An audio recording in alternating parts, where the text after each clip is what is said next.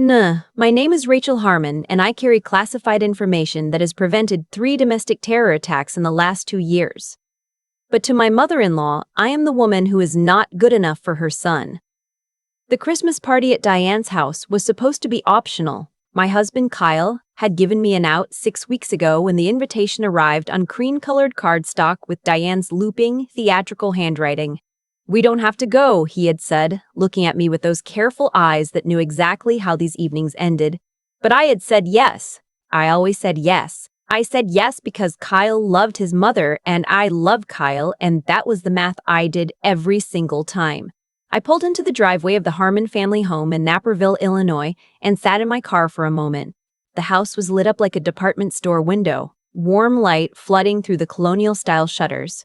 The wreath on the door already perfectly symmetrical. Diane had probably measured it.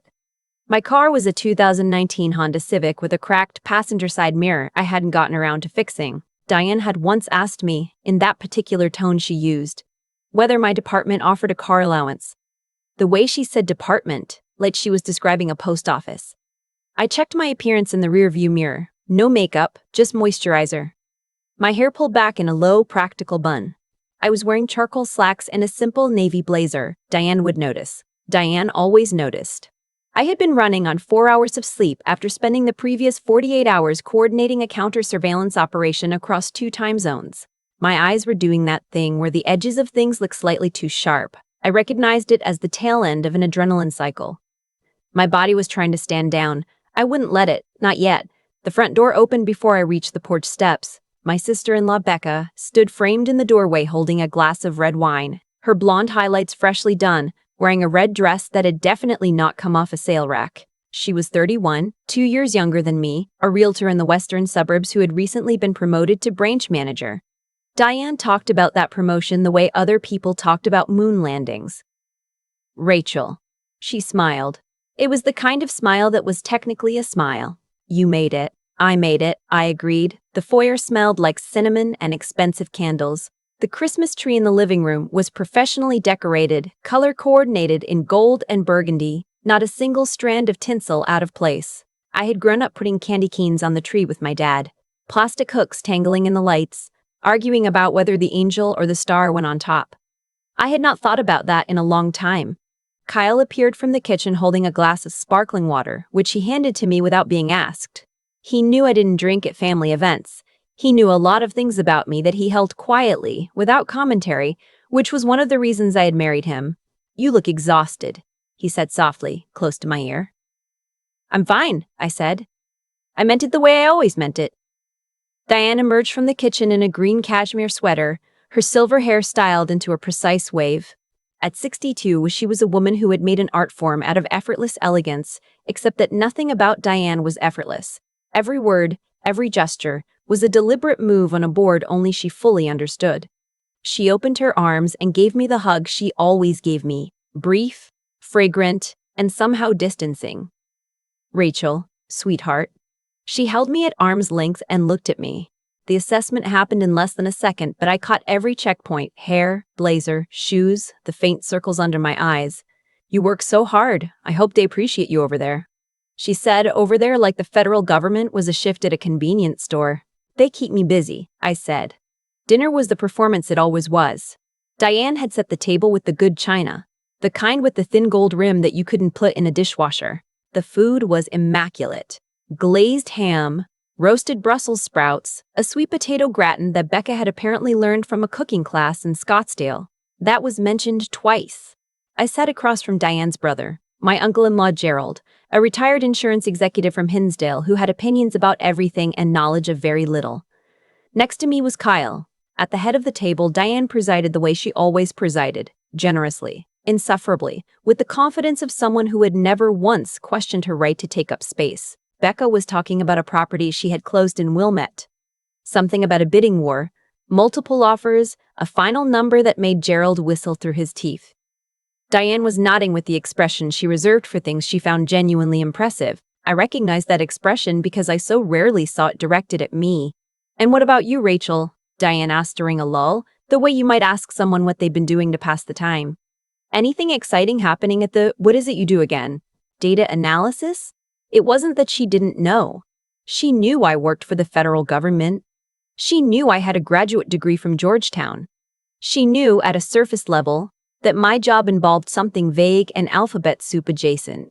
What she chose to understand about me was a fraction of what was available, and it was a choice she made deliberately, because a Rachel who processed spreadsheets was far less threatening than the actual Rachel. Something like that, I said. You know, she said, turning to the table with the air of someone sharing a charming anecdote. I was telling Pauline at the club last week. Pauline's daughter works at McKinsey, the consulting firm. I was telling her that Rachel works for the government, and Pauline said, well, job security at least. She laughed. It was a generous, inclusive laugh that somehow made the insult into a gift. I thought that was funny. Kyle set down his fork and picked it up again.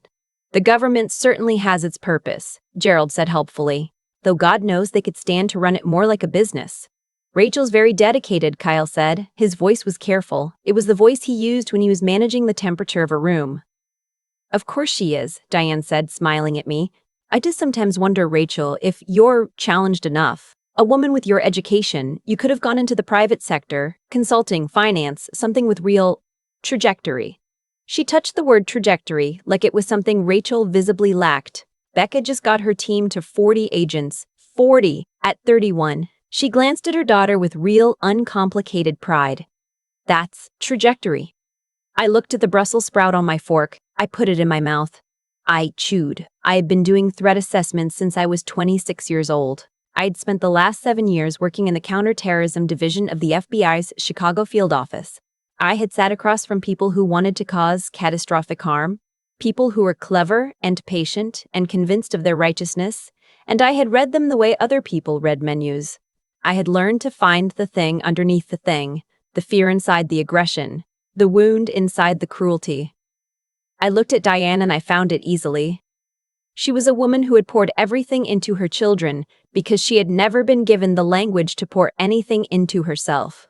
Becca's promotions were Diane's promotions. Kyle's career in structural engineering was Diane's engineering. I was not a daughter-in-law to her. I was a variable that didn't compute. And variables that don't compute get quarantined. I had understood this for 6 years. Understanding it hadn't made it easier to sit across from her at Christmas. If you have ever been reduced to a footnote at the table of people who are supposed to love you, I need you to stay with me. Because this story is for you. The gifts were exchanged after dinner in the living room with the fire going. Diane had bought Becca a set of leather luggage, monogrammed with her initials. She had bought Kyle a first-edition book about a bridge project he'd admired. She had bought me a gift card to a spa in Naperville, and when I thanked her, she said, "You look like you need it, honey. You're running on fumes." She said it with such genuine concern that everyone in the room nodded in agreement, and somehow I was the one who felt embarrassed. It was around 9 o'clock, the third glass of wine into the evening for most of the table, when Diane's tone shifted from condescending warmth into something with more edge. Gerald had been talking about his son, who had recently been promoted to regional director at a pharmaceutical company in Indianapolis. The conversation had turned to careers, trajectories, the usual architecture of these family evenings. The thing I always say, Diane said, swirling her Chardonnay, is that you can tell everything about a person's ambition by where they end up at 35. That's the sorting age. By 35, you know. She looked at me with an expression that was almost tender. No offense to government work, Rachel. It's necessary. Someone has to file the reports. But she tilted her head. What is the ceiling? What does Rachel Harmon look like at 45? That's my question. The fire crackled. Gerald nodded slowly. I just want more for you, Diane continued. Kyle could have married someone who... She stopped herself. Reconsidered. Continued anyway. I just think, with the right push, you could be remarkable. Right now, you're just reliable. She smiled. Which is lovely. Reliable is lovely. The room went quiet in that particular way where everyone is acutely aware of what just happened and no one wants to be the one to name it. I looked at the fire. A log shifted and sent up a brief spray of sparks. There is a thing that happens to me in high-stakes situations. My handler at Quantico had named it years ago, focal narrowing. The peripheral noise drops out. The emotional static goes quiet. What's left is clarity. A kind of cold, precise attention that I have never been able to fully replicate outside of operational moments. It happened now. I looked at Diane and I was not angry. I was something colder and more useful than angry. Reliable, I repeated softly. Diane blinked, surprised I had responded at all. Usually, I absorbed it. That was what she had learned to expect from me. Kyle was looking at the table. Becca was looking at her phone. That's one word for it, I said. My voice was even. My supervisor uses different ones. Diane laughed lightly. I'm sure he does, sweetheart. I said, Deputy Director Chen. That landed quietly. No one quite knew what to do with it. The division director, I continued, setting my glass down on the coaster, uses different words again, though I don't often see him except during briefings at headquarters, or when something has gone wrong at a scale that requires his direct involvement. I paused. I try to keep the number of things that go wrong at that scale to a minimum. It's part of the work. Diane's smile had not changed shape, but something behind her eyes had shifted. What exactly do you? I'm in counterterrorism, I said. It was the first time I had said those words in this house. Diane's smile thinned. Rachel, Kyle said. No, it's a fair question, I said, and I kept my voice entirely pleasant. You want to know what the ceiling is. You want to know what I look like at 45. I think that's a reasonable thing to want to understand about the person your son married. I looked at Diane steadily. I assess threats to domestic security. I build behavioral profiles of individuals and networks operating against U.S. interests on American soil. I work with the Joint Terrorism Task Force, with state, with DoD, when the situation requires it. I picked up my water glass. Last February, my team disrupted a network that was 14 days from executing a plan that would have affected a major transit hub. I can't tell you which city. I can't tell you the nature of the plan. But I can tell you that the people who were going to be in that station on that day got to go home to their families, and they will never know why, and that is completely fine with me. I took a sip of water. That's the ceiling. The fire popped. Diane had gone very still. Gerald was staring at me with his mouth slightly open. Becca had put down her phone. Kyle was looking at me now. Not with surprise. Kyle knew what I did, in the broad outlines that our security clearances allowed. He was looking at me with something that I recognized after a moment as relief, like a knot had come undone. Diane started. She tried the laugh. It did not come out right. Well, I didn't know. I know you didn't, I said. I've never told you. That's not your fault. I kept my tone even, because the evening didn't need heat. It needed light. But I've sat at this table for 6 years and let you believe I process data in a cubicle. And I think tonight I'm done doing that. Diane set her Chardonnay down on the table. Her hand was not quite steady. The spa gift card, I said. I'll use it. I genuinely need it. But I don't need more for myself, Diane. I have everything I need. What I needed 6 years ago was for you to ask me a real question and wait for a real answer. I stood up, smoothing the front of my blazer. You never did. That's okay, I'm telling you now. There was a long silence. Then Becca said quietly, to no one in particular, I'm going to need more wine. Kyle was beside me in the foyer, handing me my coat before anyone at the table had begun to recover. You okay? He asked. Completely, I said. And I meant it in a way I hadn't meant it in years. We drove home through the December dark, the western suburbs sliding past the windows in their familiar geography of strip malls and bare trees and yellow porch lights. I had rolled the window down a crack, and the cold air was sharp and clean, and I held my hand out into it for a moment like I was testing the temperature of a new country. My phone buzzed in my coat pocket. I already knew it was a secured line before I looked. We were currently tracking a network contact who had gone quiet in a way that usually meant motion. I had left instructions with my team lead to contact me if anything developed. I glanced at the screen. Status update. Check in when available. Kyle glanced at me from the driver's seat, and I watched him make the calculation he had made 1,000 times in 5 years of marriage, the one where he weighed the ordinary human need to have his wife present against the knowledge of what her presence was sometimes required for. Work? He said. Soon, I said. He nodded and turned his eyes back to the road. I thought about what I had said at Diane's table. I had not planned it. I was not someone who planned those kinds of moments. Planning required believing the moment was coming, And for years, I had believed I would absorb the dinner and drive home, and it would cost me the usual small, tired amount that it always cost me. But something had shifted when she said reliable like it was the consolation prize. Something had cleared. I thought about the file on my desk. A man in his early 40s, American-born, radicalized online over a period of 18 months, currently in the preliminary stages of what our behavioral model suggested was a pre-operational phase. I thought about the transit station in February. I thought about a father who had carried his daughter on his shoulders through a crowd and never known how close he had come to carrying her through a different kind of day entirely. There were things I could not say in Diane's living room.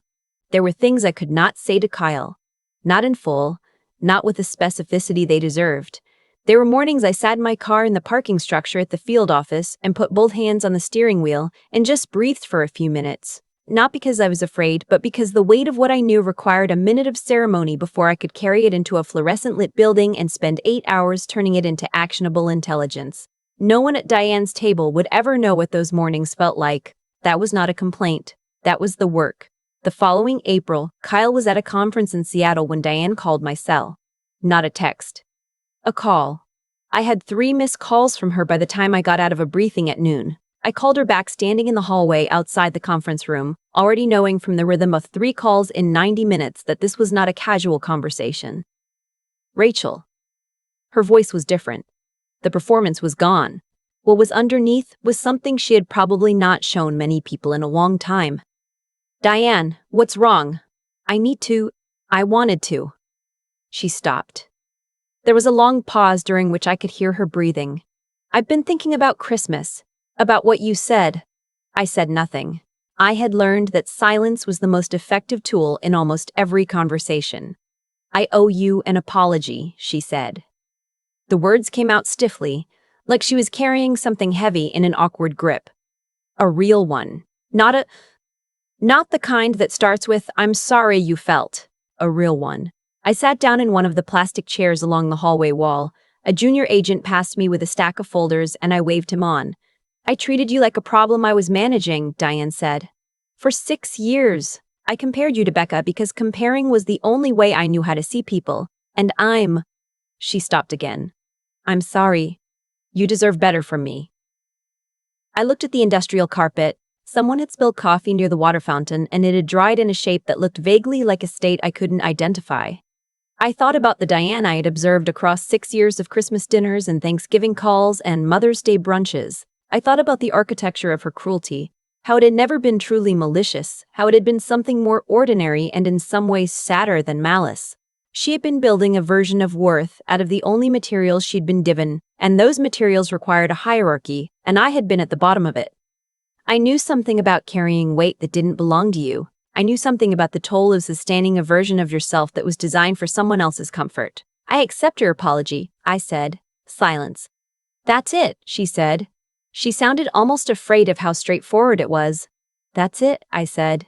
I'm not going to pretend the 6 years didn't happen. They happened. But I don't want to spend the next 6 years maintaining the version of our relationship where I sit at your table and let myself be managed. So if you're offering a different version, I'm open to it. She made a sound that might have been a laugh or might have been something else. You were very direct. Occupational hazard, I said. When I told Kyle that evening, he was quiet for a long time. Then he said, she never apologizes. Not like that. He paused. What did you say to her? I told her I accepted it. Just like that, just like that. He was quiet for another moment. Thank you, he said finally. And I understood that he was thanking me for 2 things at once. For being honest with his mother and for not requiring her to be destroyed in order to be corrected. Those were 2 very different things, and he knew the difference. And I loved him for knowing. The next Christmas, Diane asked me, over dinner, to tell her about my work. Not the parts I couldn't tell her, the parts I could. She asked with a directness that was unfamiliar on her face. A kind of careful attention that I recognized as effort. I told her about the behavioral analysis work, about how a person's digital footprint, combined with the right contextual understanding, could tell you not just what someone had done, but what they were likely to do next. I kept it general. I kept it clean, but I kept it real, and she listened, actually listened, not the performative attention she usually offered. And when I finished, she said, "That sounds like the hardest thing in the world." Some days, I said. She nodded slowly. I spent 30 years not asking the right questions, she said. I'm trying to practice. Becca, across the table, raised her glass. To practicing, she said with a smile that this time reached her eyes. I raised mine. The tree was still professionally decorated. The china still had the gold rim. Outside, snow was starting to fall on the western suburbs in the quiet, indifferent way that Illinois winters always began. Not dramatic, just gradual, covering everything in the same patient white. My phone was in my coat pocket in the front closet. I had set it to alert me only for priority codes because there were people on my team who were very good at their jobs, and I had learned that holding everything simultaneously was not the same as doing everything well.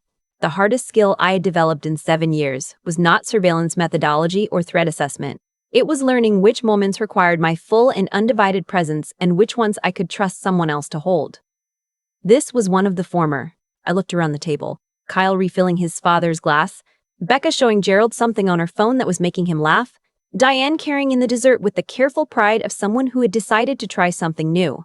And I thought about what it cost to be the person no one quite sees. I thought about the Tuesday afternoons and the 3 a.m. calls and the things I carried home in the careful spaces of myself where they wouldn't touch anyone else. I thought, this is the gift, not the recognition. Not the moment in the living room when Diane's expression finally changed. The gift is this table, on this evening, in this ordinary light. The gift is that I know exactly who I am, and I came here anyway, and I will leave when I'm ready, and no one at this table has the power to tell me which of those things makes me worth something. I am Rachel Harmon. I work in the dark so other people can sit in the light, and this year, for the first time, I am not the only one at this table who knows it. If you've ever had to choose between keeping the peace and telling the truth, drop a comment below. Tell me, what did you choose? And if this story gave you even a fraction of the courage to stop being someone's footnote, share this with the person who needs to hear it. We are building something real here, one silent warrior at a time. There is a kind of silence that people mistake for weakness. I lived inside that silence for 6 years at Diane's table, and I want to be honest about what it cost me. Not because I want sympathy, but because I think you deserve the truth about what staying quiet actually does to a person over time. Every year I absorbed the comparisons, the careful diminishments, the way she said reliable like it was a consolation prize for a life unlived. I was making a choice. I told myself it was discipline.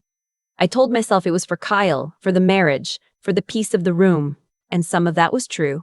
But some of it was something less noble. It was easier to be managed than to be known. Being known requires something from you.